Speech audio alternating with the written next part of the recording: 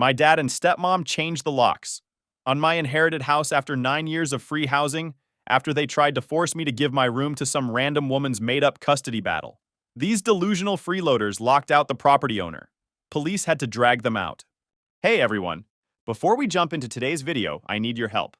We've noticed the channel is losing some traction, and subscribing is one of the best ways you can support us. It's quick, free, and it helps us keep bringing you awesome content. Your support means the world. Let's keep this channel growing together. Thanks so much. Now let's start the video. Hey Reddit. This all went down over the past few months, and honestly, I'm still trying to wrap my head around how epically my own dad managed to shoot himself in the foot. So I'm 24, own a small real estate empire, and just had to call the cops on my own dad for breaking into my property. If someone told me this story 5 years ago, I'd have laughed in their face.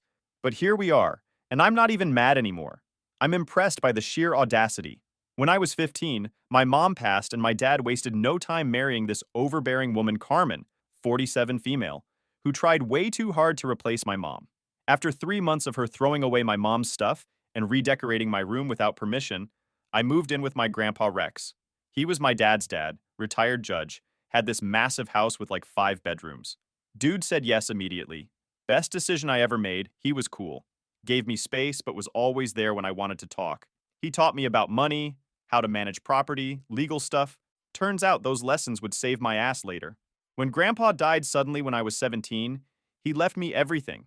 His house, 2 rental properties, and enough cash to get started. My dad got nothing, and he lost his shit. Started yelling about how the property should go to him since he was Grandpa's son. But Grandpa's will was bulletproof. He even made a video explaining why he did it. Said he trusted me to be responsible with it, unlike my dad. Here's where it gets weird. Instead of me moving back with Dad and Carmen, they decided to move into my house. Said their place was too small, and since I had this big house now, it made sense. I was still 17, so didn't really have a choice. But I set rules. They couldn't go in my bedroom or Grandpa's office. Those rooms had personal stuff and important papers. When I turned 18, I left for college out of state. Kept letting them live there rent-free. Only came back for holidays and some weekends. I paid all the taxes, maintenance, everything. Never asked them for a penny. Figured they were keeping an eye on the place for me. And instead of blowing Grandpa's money like a stupid teenager, I used the rental income to buy more properties. By the time I graduated at 22, I owned 6 rental units. After college, I got a job back in the same city and found myself a decent apartment about 20 minutes from the house. Kept building my portfolio, so by 24, I had 8 properties making serious monthly income. That setup with my dad and stepmom worked perfectly for 9 years. They got free housing. I got peace of mind knowing someone was watching my first property. Everyone was happy, until last month when everything went to hell. Dad called me with saying this bullshit. You need to clean out your room this weekend. We're giving it to Carmen's daughter Becca. I'm standing in one of my rental properties doing an inspection, and this man is giving me orders about my own house. I stopped dead in my tracks. Who the hell is Becca? I've never even heard this name before. She's Carmen's daughter from her first marriage. She's fighting for custody of her kids and needs stable housing. Your room is the biggest one. I was so confused. Carmen had never mentioned she had a daughter before, and now out of nowhere this woman appeared, and they wanted her to live in my house. 9 years of free housing, and now they want to give away my bedroom to some complete stranger? But it started making sense why Carmen had treated me like such shit when I was 15. This woman had a daughter she'd completely abandoned and never talked about for 9 years. She couldn't even be bothered to mention that chick's existence, let alone maintain a relationship with her own kid. No wonder she had no problem throwing away my mom's stuff and trying to erase me from my own house. She'd already done it to her own daughter first. Are you completely insane? You're guests in my house. You don't get to make decisions about who lives here, I said. That's when Dad's mask came off completely. Started screaming about family obligations, how I was being selfish, how Becca really needed this, and I was cruel for refusing. I'm standing in some random rental property, listening to my father have a meltdown because I won't give my bedroom to a woman I've never met. The manipulation was so obvious it was almost insulting. Make me the bad guy for protecting my own space. Paint him as the caring family man just trying to help someone in need. Classic guilt trip bullshit. Don't touch my room or Grandpa's office, I said clearly, keeping my voice level even though my hands were shaking with anger. Touch either one and I'll evict you immediately. Dad went nuclear. You can't evict family. We've been living here for 9 years. We have rights. You have the right to find your own place. Don't test me on this. Then he dropped the real bomb. They'd sold their old house years ago to pay off debt. They literally had nowhere else to go. I was hell mad. Sounds like you should have thought about that before trying to give away my bedroom, I said, and hung up. I sat in my car for 10 minutes after that call, hands still shaking. Part of me couldn't believe it had come to this. The other part was already planning my next move. That night, I barely slept. Keep telling myself I was doing the right thing, but the guilt was eating at me. These weren't strangers. This was my dad. The same guy who taught me to ride a bike and came to my baseball games. Was I really about to make my own father homeless over a bedroom? I kept thinking about what people would say. Family, friends, relatives, everyone who'd ask, "How could you kick out your own dad?" The story would spread, and I'd be the ungrateful son who chose money over family. But then I remembered finding Carmen going through my phone at 2 a.m. when I was 15. I remembered my dad standing there like a statue while she threw away my mom's jewelry. I remembered 9 years of paying every bill while they lived free and acted like they owned the place. And on top of all that, I'd never even met this Becca before. She was nothing to me, not family, just some random woman Carmen had abandoned for years and now suddenly wanted to help. Why the hell would I put a complete stranger in my house for someone who couldn't even be bothered to mention her own daughter's existence for years? At that point, I was done being a pushover. That same night, Uncle Derek calls out of nowhere. My dad's brother, who I hadn't talked to in years because of some business falling out. "Hey kiddo, heard you're having some family drama. Maybe you should reconsider this eviction thing? Family's supposed to stick together, right?" I could smell the setup through the phone. Uncle Derek wasn't calling out of concern. He never cared about anything. Dad had gotten to him first, probably crying about his cruel son who was about to make him homeless. "I'll think about it," I lied, because I wanted to see what other moves they'd try. Derek seemed satisfied. "Good, good. Your dad's been through a lot lately. This custody thing with Becca is really important." I hung up and called my lawyer. We agreed to go to the house early morning to give them official notice to leave. So the next morning, I drove over with my lawyer to serve proper eviction papers. Legal, by the book, no surprises. I was actually nervous as hell. My palms were sweating, and I kept rehearsing what I'd say to Dad's face. I pulled into the driveway of my own house and walked up to my own front door. Put my key in the lock. It didn't work. For a second, I thought I'd grabbed the wrong key. Then reality hit. These absolute morons had changed the locks on my house without telling me. After everything I'd done for them, they were literally locking me out of my own property. I pounded on the door until Dad answered, but he wouldn't open it. Just talked through the wood like some paranoid criminal. "I'm not letting you in until you change your mind about Becca," he said. That's when every doubt I'd had disappeared. This has nothing to do with some custody case and helping family. They wanted control, especially my dad. He thought he could lock me out of my own house and force me to cave to his demands. And there I was, standing outside with the lawyer, and Dad refusing to let me in. The cold anger was back, but now it was mixed with complete clarity about what needed to happen next. "You illegally changed locks on property you don't own, and you're refusing to let the actual owner inside?" I said, my voice deadly calm. "You just committed about 3 different crimes, genius." "This is my home too. I have rights," he screamed behind the door. "Your rights ended the second you locked me out of my own house. Hope it was worth it." I called the police immediately. My lawyer was already pulling up property records on her phone, building our case. I wasn't shaking anymore. I was ready for war. The responding officer listened while my lawyer showed him property records, inheritance documents, everything proving I owned the house. The police gave Dad a simple choice: open the door and let me in, or get arrested for criminal trespassing on top of everything else. Dad finally opened up, looking like he'd aged 10 years overnight. Carmen was crying in the background while this random woman, Becca, sat in the corner looking uncomfortable as hell. The officer explained that Dad was being evicted for changing locks and refusing property owner access. Dad tried every excuse in the book. Nowhere to go. Lived there for 9 years. Claimed Grandpa had verbally promised him the house.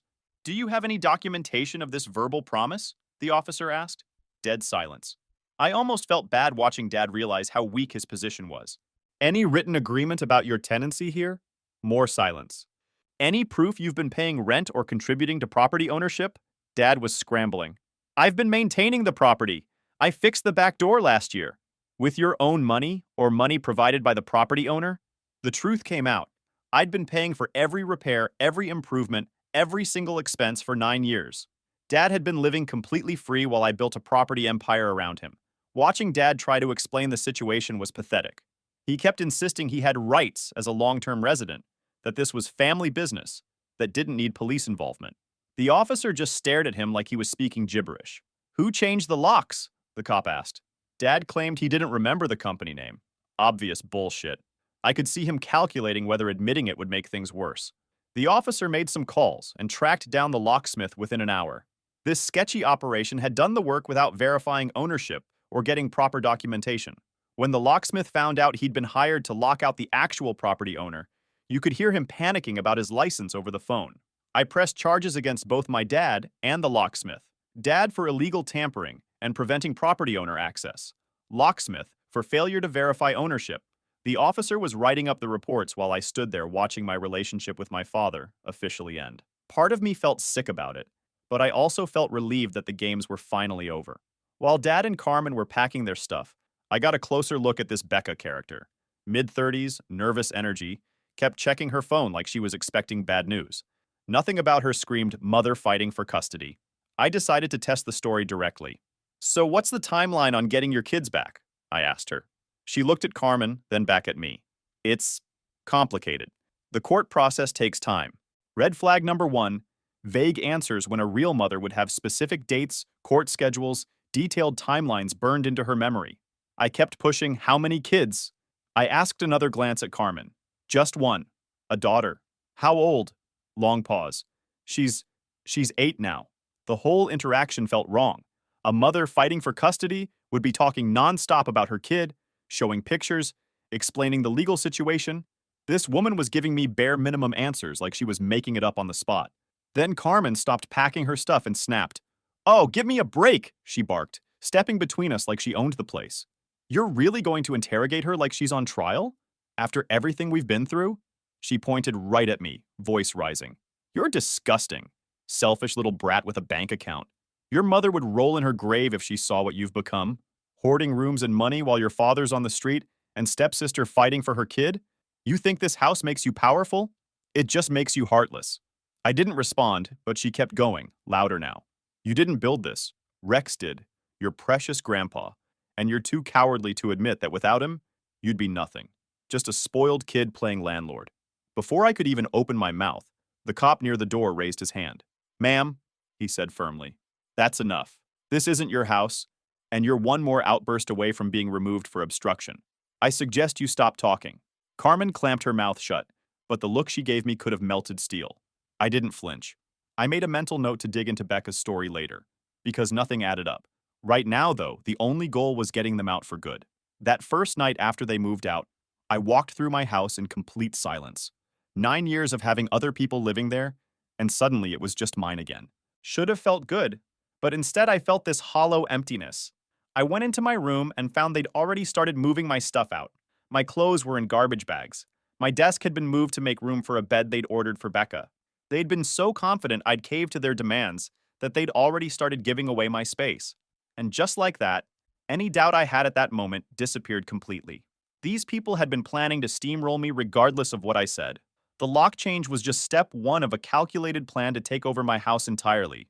Meanwhile, the locksmith who'd changed my locks got absolutely destroyed by the licensing board. Turns out this wasn't his first time doing shady work without proper verification. His license got suspended for 6 months, he had to pay a massive fine, and his business reputation was ruined when the local news picked up the story. The guy actually called me begging to drop the charges, claiming he didn't know Dad wasn't the owner. Voice shaking, talking about his kids and his mortgage, how this would destroy his livelihood. I felt bad for about 10 seconds. Then I remembered that professional locksmiths are supposed to verify ownership before changing locks. This is basic stuff. If you're going to change locks, make sure the person hiring you actually owns the property. Pretty simple concept. Ignorance isn't an excuse for not following basic professional standards, I told him. Maybe next time you'll do your job properly.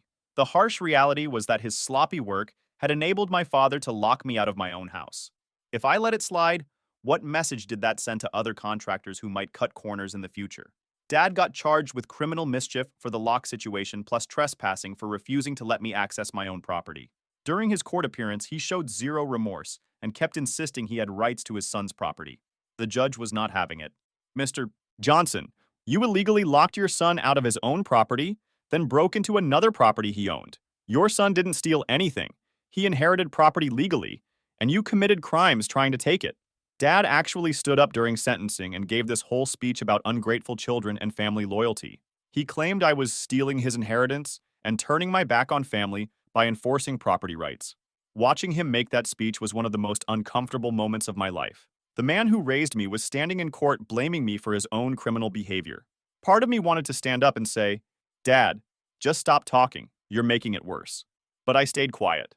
Let him talk, let him twist it however he wanted, and in the end, he dug his own grave. He got 8 months, 5 for breaking and entering, another 3 for tampering with the locks. Not exactly a standing ovation moment, but satisfying in its own way. While he was busy dealing with court dates and legal headaches, things took another weird turn. About a month after the eviction, my phone rings. It's Uncle Derek, and the man sounds like he's in full-blown panic mode. No small talk, just jump straight to it. He needs to sell his house immediately. Won't say why. Just asks if I'm interested in buying. Now here's the part Derek didn't know. And this is where it gets good. The house he was trying to offload, that was actually my great-grandparents' old place. The one Grandpa Rex grew up in. Grandpa had handed it down to Derek years ago, but he later told me he regretted that decision.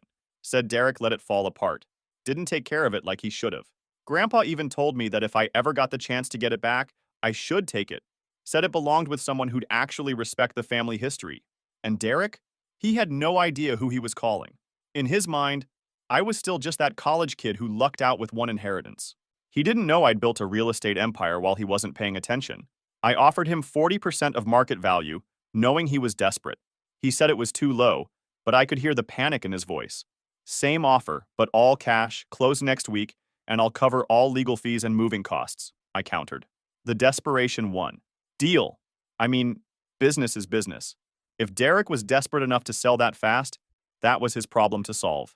After Derek signed the house over and took off with the cash, I figured that was the end of it. Quick sale, no questions asked. But about a week later, I got a call from an old neighbor near Derek's place. She's chatting with me about the house and then casually drops, "Funny, I thought your dad was buying it." That's what he told everyone. Wait, what? That little comment sent me down a rabbit hole. I started putting pieces together, made a couple quiet calls, and yeah, turns out Derek had originally been planning to sell the house to my dad. They'd been talking for weeks. My dad had been scraping together whatever money he could before he got himself arrested, thinking he'd slide right back into his childhood home like nothing ever happened. And let me clarify things here. Dad didn't go to jail immediately after the first arrest. He was booked, denied bail, and held in county for weeks while the court sorted everything out. But before formal sentencing came down, he managed to scrape together bail through Derek, who sold him out later. That's how he got out long enough to try and buy Derek's place. And when Derek told him, "Your son bought it instead," my dad apparently assumed I'd done it for him, like it was some kind of peace offering. This man, who I had evicted, fully believed he was automatically entitled to live in any property I owned. Because what, being my father equals lifetime access to free real estate? Without even realizing it, I'd blown up his plan B. The house he was banking on? Gone. Snapped up by the one person he never saw coming, me. But the thing is, he'd used the last of his scraped-together money to post bail. Money that was supposed to go toward buying that house from Derek. So now he's out, broke, and apparently still thinking there's a way in. 3 days after closing, I get a ping from the security system. I'd installed cameras to keep tabs on the contractors doing the renovations. I checked the live feed from my office, expecting drywall guys or electricians. Nope.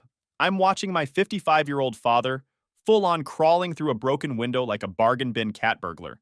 Not subtle, not smart, just desperate. He's inside, wandering around like he owns the place. Opening drawers, checking closets, pacing like he's planning where the couch will go.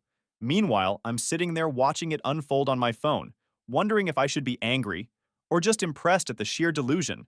I don't know what he was thinking, but he was literally breaking into property I owned while he was already facing criminal charges for the last time he messed with my property. Some people really never learn. I called the police immediately, but part of me felt sick about it. How had we gotten to this point?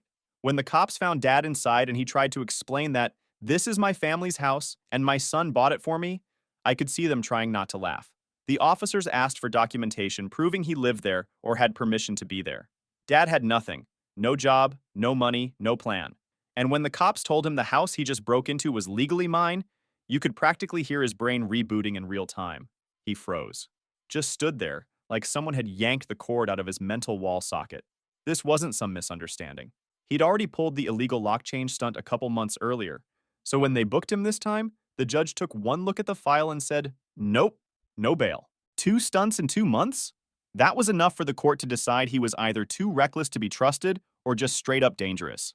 Maybe both. While he sat in county waiting for his next hearing, I finally had the breathing room to look into something that had been bugging me since the whole Derek situation. The rushed sale, the panicked phone call, the zero explanation.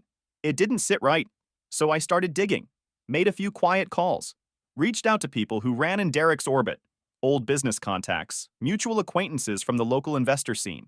Took a bit of time, but I finally pieced it together. Turns out Uncle Derek had been in way over his head. He'd borrowed big, like six-figure big, from a couple of shady business partners for some real estate flip that flopped hard. Not just a bad deal, full-on financial faceplant, the kind that leaves scorched earth behind. And when the cash dried up and he couldn't pay back the loans, these guys didn't just send polite emails. They came knocking. Legal threats, pressure to liquidate assets, real heat. Uncle Derek, being the coward he is, obviously panicked. Instead of owning his mess, he started quietly offloading everything he could, selling off furniture, draining his investment accounts, even liquidating personal stuff, all under the radar. It was like watching someone set their own life on fire, just so the flames wouldn't touch anyone else's. And yeah, you can imagine how proud I am of my uncle and dad. And my offer on the house? That was his escape pod. He just needed one last lump sum to disappear. And I guess I was the lucky buyer who showed up right on cue. Wouldn't be surprised if the guy had his bags packed the morning we closed. Look, I actually felt a little used. No one likes being a chess piece, but let's be real. I still walked away with the property for 40% under market value. I wasn't exactly crying myself to sleep. Derek might have pulled a fast one, but he only needed to sell because he tanked his own life. That part wasn't on me. And just to be clear, I didn't lie for him. I may have casually mentioned to a few mutuals what direction he seemed to be heading when he left town. If you're going to burn your bridges with business partners and then try to ghost your way out of it, don't expect family to help hide the smoke. That's not how I operate. After that, I figured I'd seen the last of the drama for a while. Just wanted to focus on stabilizing the new property, tightening up leases, getting back to business. But life doesn't work like that. It never just hands you one mess at a time. While I was still juggling the legal cleanup from Dad's stunt and Derek's house, the past came crawling out from a totally different direction and hit harder than I expected. During Dad's court proceedings, I finally got the truth about Becca from an unexpected source. Carmen approached me outside the courthouse looking like absolute hell. So desperate. Please, she said, grabbing my arm with shaky hands. Can we talk? There's stuff you don't know about Becca.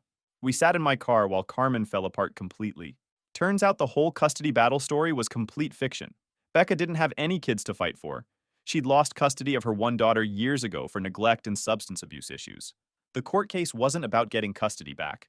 It was about the state trying to permanently terminate her parental rights.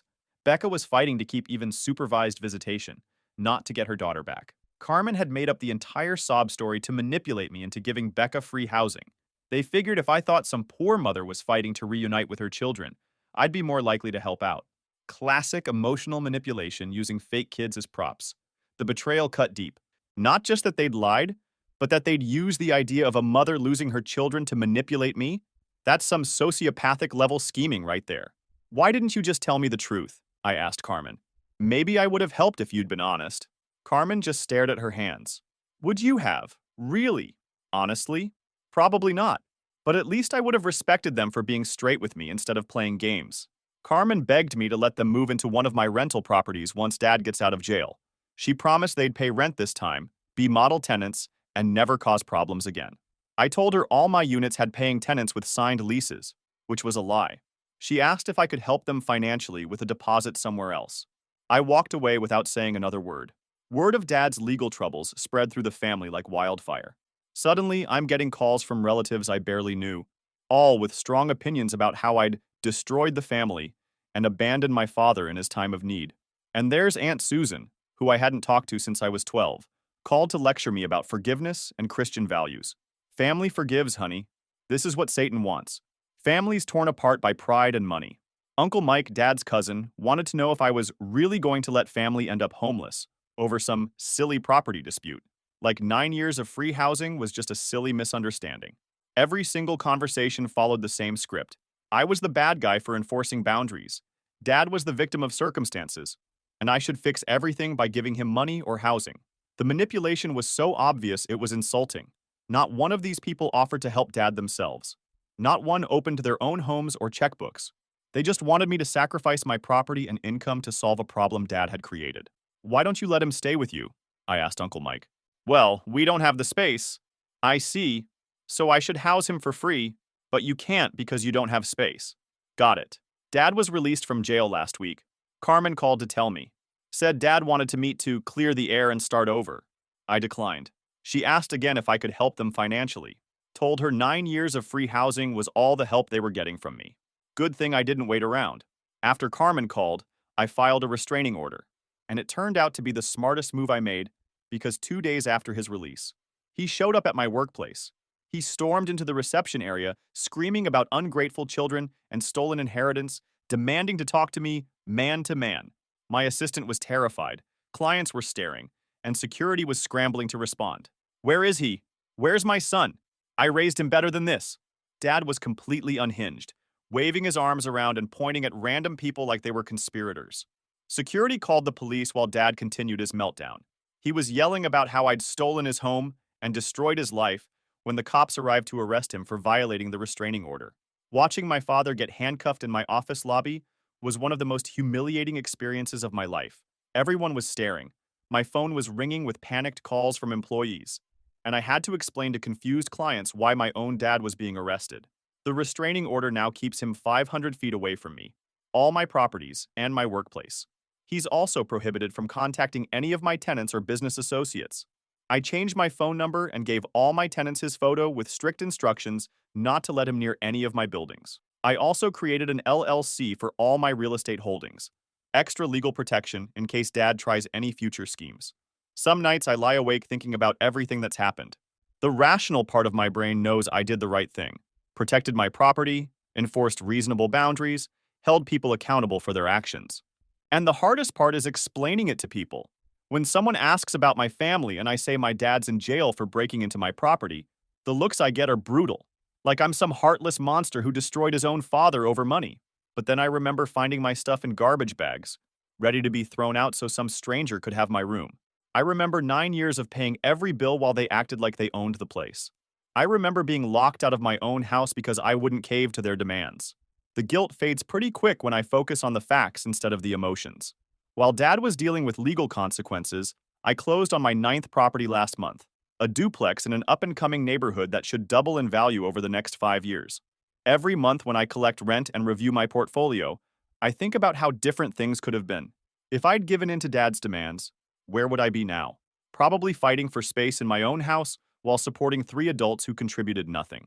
The rental income from all my properties is more than most people make at their regular jobs. At 24, I have complete financial freedom because I made hard choices and stuck to my boundaries. I know that Grandpa Rex would be proud. He taught me that property ownership comes with responsibilities, but also with rights that need to be protected. He didn't tolerate people who thought they were entitled to other people's property, and neither do I. When I was cleaning out Grandpa's office after the eviction, something I'd never had the chance to do properly, I found some old documents in a locked drawer. Among them was a letter from Grandpa to his lawyer, written just a few months before he died. In it, Grandpa explained his disappointment in both his sons and why he planned to leave his estate to me. He mentioned Dad had borrowed over $100,000 from him and never paid back a cent. The letter also revealed that Derek had stolen money from Grandpa's real estate business when he worked there in his 20s. The letter made it crystal clear that Grandpa believed neither of his sons was financially responsible or trustworthy. Reading it made me realize I'd made the right call with both of them. Now Dad's living in some studio apartment across town, working retail at 55 because his credit is destroyed, and he has a criminal record. Carmen moved back to her home state to live with relatives after divorcing him in jail. She actually sent me on Messenger a few months later to let me know about the divorce and to apologize for everything that happened.